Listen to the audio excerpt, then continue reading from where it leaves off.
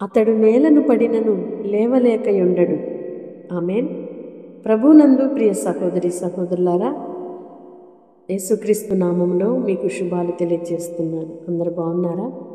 ప్రతిరోజు వాగ్దానం రిసీవ్ చేసుకుంటూ ఆధ్యాత్మికంగా మీరు బలపరచబడుతున్నారని ఎంతగానో సంతోషిస్తున్నాను.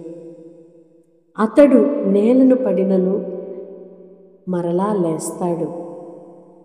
నీవు పడిపోయినప్పుడు నీ చుట్టూ ఉన్న మనుషులు నీవిక లేవలేవని, ఇక పడిపోయావు, నీ జీవితం ఇక అయిపోయింది అని, ఇక నీ చాప్టర్ క్లోజ్ అయిందని అన్నట్లుగా ఎదురు చూసే మనుషులే ఎక్కువ మంది ఉంటారు.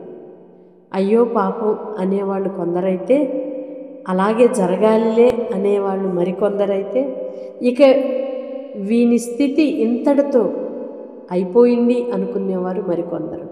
ఏది ఏమైనప్పటికీ దేవుడు మన పక్షమునుండగా మనకు విరోధి ఎవరు?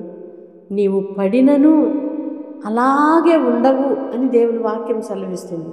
అంటే పడడం లేవటం అనేది మానవ జీవితంలో సహజంగా జరుగుతూ వస్తాయి. ఆత్మీయంగా నిలబెట్టబడటం, కొన్నిసార్లు బలహీనులు అవ్వటం, శ్రమలను బట్టి కృంగిపోవటం, ఆర్థికంగా ఎదగటం, ఆర్థికంగా పడిపోవటం, ఆరోగ్యపరంగా మంచిగా ఉండటం, ఆరోగ్యపరంగా పడిపోవటం, కృషించిపోవటం, ఇవన్నీ కూడా మానవ జీవితంలో, ఈ దైనందిన జీవితంలో సహజంగా జరిగే ప్రక్రియలు. అయితే వీటిని బట్టి మన జీవితం నిర్ణయించబడదు. దేవుడు ఆయన మన చేయి పట్టుకొని ఉన్నాడు కనుక ఇవేవి కూడా మన జీవితాన్ని రూల్ చేయలేవు, నిర్ణయించలేవు. దేవుని నోటి మాట మన జీవితాన్ని కడుతుంది. దేవుని మాట మనలను నిలవబెడుతుంది. దేవుని మాట మనలను గొప్ప చేస్తుంది. కనుక ఇంత గొప్ప దేవుని శక్తి మాటను మనము గ్రహించిన వారమై ఏ చిన్న బలహీనతలకు కూడా మనము భయపడక దేవుని వైపు చూద్దాం.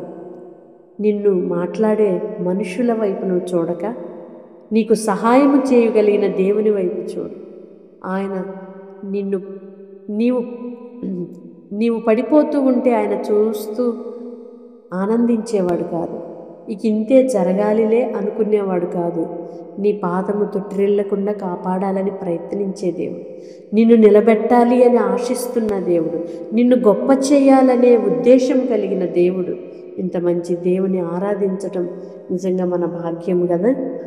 కనుక ప్రియ సహోదరి సహోదరుడా, నీకు కలుగుతున్న శ్రమలను బట్టి భయపడక నీకు సహాయం చేయు దేవుణ్ణి బట్టి సంతోషించు. ఆమేన్. పరిశుద్ధుడైన దేవా, ప్రేమ కలిగిన తండ్రి, మీ స్తోత్రాలయ్యా. ఇంత మంచి దేవుణ్ణి మేము కలిగి ఉన్నాం. ఎంతైనా మీకు రుణస్థులమేనయ్యా. మేము ఎంతగా నిన్ను స్తుతించిన మీ రుణము తీర్చలేమయ్యా. ఎంతగా స్తుతించినను నీకు రుణస్థులమేనయ్యా. మీ కృపలో మమ్మలను భద్రపరచండి. మేము అనేక సార్లు పడిపోయిన స్థితిలో, కృంగిపోయిన స్థితిలో, బలహీనులమై ఇక లేవలేమేమో అన్నట్లుగా మనుషుల మాటలు, మనుషుల యొక్క చూపులు, అయినప్పటికీ మీరు మా చేయి విడవలేదయ్యా. ఎక్కడ కూడా మమ్మలను నాయన విడిచిపెట్టక నడిపించారయ్యా. ప్రతి క్షణము మా కాలు తొట్టిల్లిపోకున్నట్లుగా మా నడతను స్థిరపరిచారు. మీ స్తోత్రాలు చెల్లిస్తున్నా. మీ కృపలో లేవనెత్తారయ్యా. మీ కృపలో హెచ్చించారు నాన్న. మీ వందనాలు చెల్లిస్తున్నా. మీ కృపలో భాగ్యవంతులుగా మార్చారు. అందుకు మరొకసారి కృతజ్ఞతలు చెల్లిస్తూ యేసు నామములో ప్రార్థిస్తున్నాను తండ్రి.